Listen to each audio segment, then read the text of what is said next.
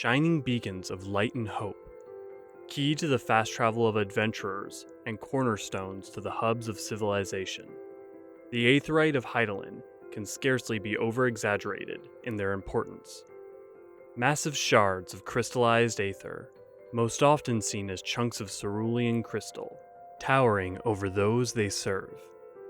Some Aetheryte are fashioned from raw deposits by beast tribes and tout organic shapes, while others are struck and crafted into varying styles that can be found all throughout Hydaelyn. Aetheryte act as focal points for those with the knowledge and ability to quickly travel through the ethereal sea. The sea acts as the stream of flow of aether throughout the ethereal realm, and the wellspring of life for the physical world. Places where aether is strongest, life flourishes, and crystals of all kinds, including natural aetheryte, come into form. The inverse is true. Where the flow of aether is weak, life dwindles and fades. Thus, it should be no surprise that natural sources of aetheryte are extremely rare. Aetheryte's rarity and practicality have led to a handful of groups throughout history learning to construct a manufactured form. The most famous of these being the Alligans, who thousands of years ago discovered the art. In modern times, the art of aetheryte creation is primarily found in two groups. Those of Sharlayan, who 1,000 years ago managed to reverse engineer ancient Allagan technology in order to discover their secrets, and the Oni Shishu of Hingashi, who have crafted their own aetherytes, which they refer to as tenkonto. How the Oni Shishu managed to learn the art of creating aetherytes is a mystery, though it is surmised to be in a similar manner to Sharlayan, many generations ago. The different groups that construct each aetheryte and their context affect the design of manufactured aetherytes, though all work under the same principle and share the same purpose. While aetherytes may be enormously complex in their creation, the principle of their function is simple. They are essentially lighthouses in a sea of aether. When an individual teleports, they are reducing their physical body into a form that is able to traverse the ethereal sea. In doing so, without a way to navigate, one would become lost, and eventually in time the aether comprising their bodies would begin to deteriorate and break apart, diffusing into the surrounding sea. That is where aetheryte come in. By dint of being a large, singular source of aether attuned in a specific way, the aetheryte acts as a beacon to allow oneself not to lose their way. In order to use an aetheryte to find their way, however, one must attune themselves to it and likewise must focus on its point of light before beginning teleportation. This focus means that it can take a small amount of time to safely teleport oneself, and would leave a person vulnerable to attack.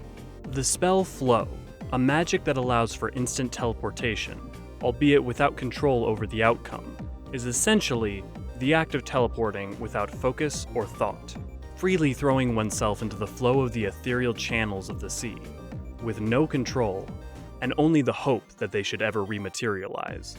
In nearly all cases, however, the user is trapped in the lifestream, doomed to slowly fade away. The use of aetheryte is taxing on an individual's body and requires the ability to wield magics, meaning that some, like the infirm and Garleans, are wholly incapable of using the aetheryte system.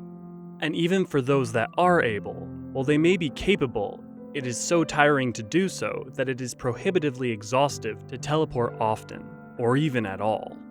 This information, and the struggle to teleport many goods at once, have led to the continued use of chocobos and ships of the air and of sea for the transport of goods and people. For Eorzea, most aetheryte of the realm came from Sharlayan, at first from the home islands of Old Sharlayan, but later on from the Architecton of New Sharlayan, a factory that allowed for the mass production and the spread of aetheryte throughout Eorzea. Now it lies in ruins, occupied by goblins, and only Old Sharlayan exists as an easy source of aetheryte. Not only did the large conventional aetheryte spread through the land, but major population centers like city-states were also given aetheryte shards, smaller beacons that allowed for short-range teleportation, facilitating easy access of the city's sprawl. As Aetheryte became more accessible, campsites and bases of operation were often given one to act as stopping points throughout the land.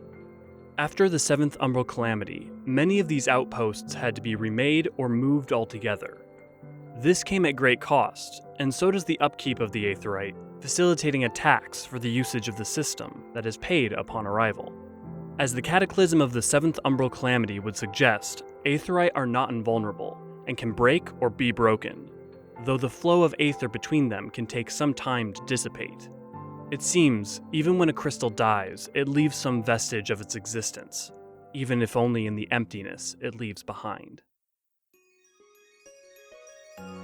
Without these tranquil stewards, life on Hydaelyn would manage to go on, but under their light, those who fight for the realm are given an extra boon, with the Mother Crystal's blessing in tow.